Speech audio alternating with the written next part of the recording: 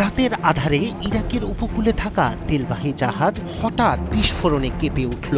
সেখানে আঘাত হেনেছে ইরানের সুইসাইড ড্রোন বোট। হরমুজ প্রণালীতে ইরান যে কত বিস্ময় আমেরিকা এবং ইসরায়েলের জন্য জমা করে রেখেছে তা একের পর এক প্রকাশ পাচ্ছে। ইরান এবার এক ভয়ঙ্কর ছায়াযুদ্ধ বা হাইব্রিড ওয়ারফেয়ার শুরু করেছে। ইসলামী বিপ্লবী গার্ড এখন সাধারণ কাঠের তৈরি মাছ ধরার নৌকার ছদ্মবেশে বিস্ফোরক ভর্তি ড্রোন বোট বা সুইসাইড স্কিপ মোতায়েন করছে, যা বিশ্বের অন্যতম ব্যস্ত এই জলপথে এক নতুন আতঙ্ক তৈরি করছে। এই নৌকাগুলো সাধারণত 20 ফুট দৈর্ঘ্যের কাঠের নৌকার মতো হওয়ায় রাডারে ধরা পড়া বা শনাক্ত করা অত্যন্ত কঠিন। ইরান এই নৌকাগুলো নিয়ন্ত্রণে এনক্রিপ্টেড রেডিও কমিউনিকেশন বা ফ্রিকোয়েন্সি হপিং প্রযুক্তি ব্যবহার করছে। শিয়া বাটার ও ভিটামিনে সমৃদ্ধ লিলি বিউটি সোপ, তারুণ্যময় উজ্জ্বল ত্বকের জন্য।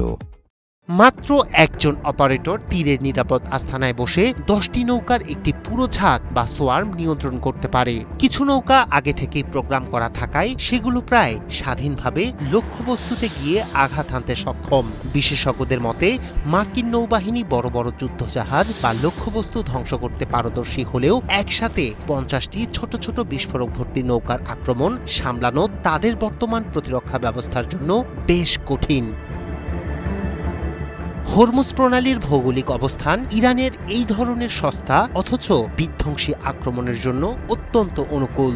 একটি সাধারণ মাছ ধরার নৌকার ভিতর বিস্ফোরক ভরে দিলে তা খুঁজে বের করা খড়ের গাদায় সুই খোঁজার মতো।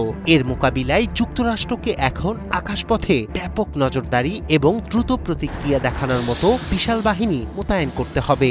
ইরানের নতুন সর্বোচ্চ নেতা মোস্তফা খামেনি যুক্তরাষ্ট্র ও ইসরায়েলের বিরুদ্ধে চাপ সৃষ্টির হাতিয়ার হিসেবে এই প্রণালী বন্ধ রাখার শপথ নিয়েছেন। এর ফলে বিশ্ববাজারের তেলের দাম হু হু করে বাড়ছে। ইতোমধ্যে খবর পাওয়া গেছে যে ইরান এই জলপথে অন্তত 1 ডজন মাইন বিছিয়ে রেখেছে, যা জাহাজ চলাচলের ঝুঁকি আরও বাড়িয়েছে।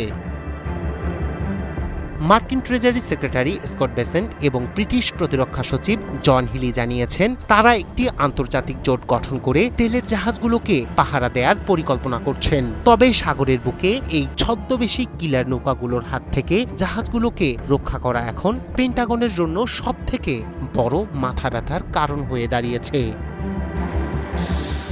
গত 1 মার্চ ওমানের মাস্কাটের উত্তর মার্শাল আইল্যান্ডসের পতাকাবাহী একটি তেলবাহী ট্যাঙ্কার ইরানের একটি চালকবিহীন জলযান দ্বারা আক্রান্ত হয়। হামলার পর জাহাজের কর্মীদের নিরাপদে সরিয়ে নেওয়া হয়েছে।